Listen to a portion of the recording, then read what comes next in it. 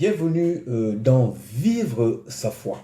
OK Ministries. Alors, je commencerai par ce passage de Matthieu chapitre 24 verset 33. Jésus a dit une parole dans ce passage qui doit en principe nous instruire. Il dit ceci. De même, quand vous verrez toutes ces choses, sachez que le Fils de l'homme est proche à la porte. Alors, chers frères et sœurs bien-aimés dans le Seigneur, je vous encourage à avoir la paix et que vous ne soyez pas dans l'inquiétude.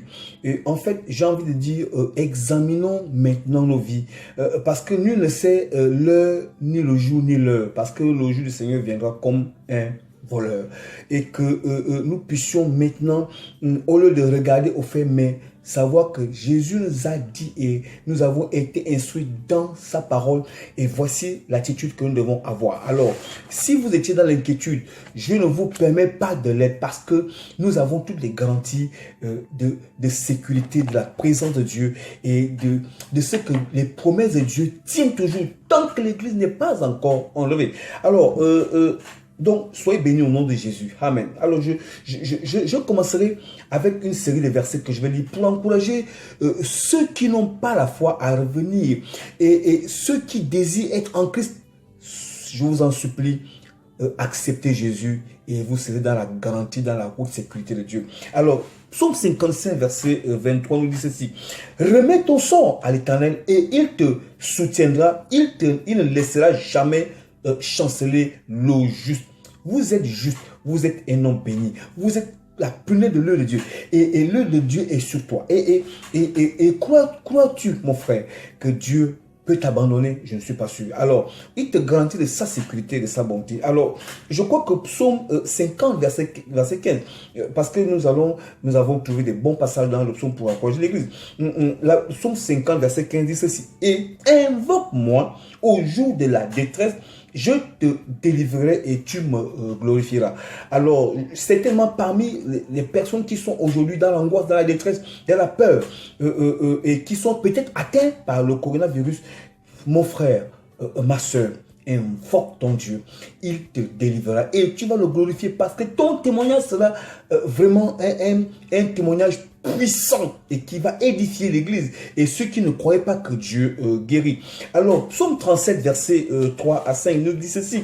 Confie-toi en l'Éternel et pratique le bien et le pays pour demeure et la fidélité pour pâture. Fais de l'Éternel tes délices et il te donnera ce que ton cœur désire. Recommande ton sort à l'Éternel, mets en lui ta confiance et il agira.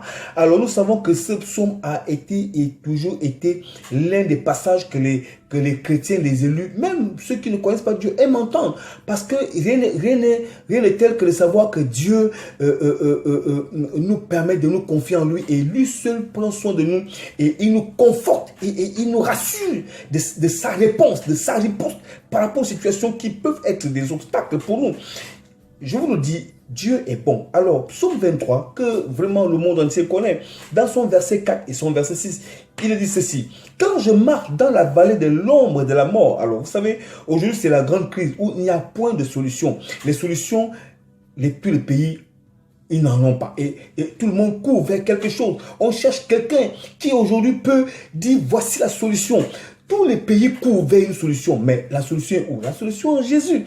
Et vous savez, les images de la Chine sont terrifiantes parce que on voit comment on désinfecte des villes. Moi, ça m'a vraiment ramené au fait que la fin du monde est proche. Alors, je relis toujours. Donc, quand je marche avec l'homme de la mort, je ne crains aucun mal, car tu es avec moi. Ta houlette et ton bâton me rassurent. Oui. Vous savez, la houlette, c'est quelque chose qui a un crochet et qui ramène toujours la brebis vers le chemin. Et le bâton, c'est un peu la correction. Donc, en fait, l'instruction, et ça nous ramène à voir que Dieu est toujours présent. Vous savez, il est bon et intéressant de savoir que notre Dieu nous parle et il nous instruit. Et nous ne sommes pas perdus. Il est notre berger. Il est le bon berger. Lisez Jean 10. Et le dernier verset que je dirais, c'est le dernier passage, je vais dire, c'est le psaume 125. Ceux qui se confient en l'Éternel sont comme la montagne de Sion. Elle ne chancelle point. Elle est affermie pour toujours. Des montagnes entourent Jérusalem. Ainsi l'Éternel entoure son peuple. Mon bien-aimé, mon frère, ma soeur, si tu ne connais pas encore Dieu, connais Dieu. Il t'entourera et tu seras entouré, environné de sa présence, de sa grâce, de sa puissance. Béni soit l'Éternel notre Dieu qui nous rassure, qui nous donne la bénédiction et qui nous donne la paix. Et je suis venu dire au peuple de Dieu, à l'église, aux élus de Dieu, aux saints, aux oints, que de ne pas tomber dans la stupeur, dans la peur, dans l'angoisse, dans la détresse et même dans la frayeur, même dans le trouble. Soyez rassurés, Jésus est vivant, il est présent, la solution est en Christ et vous êtes en Christ et vous êtes couverts de la présence de Dieu, de la protection divine. Alors, je vous bénis tous dans le précieux nom de notre Seigneur Jésus-Christ. Amen.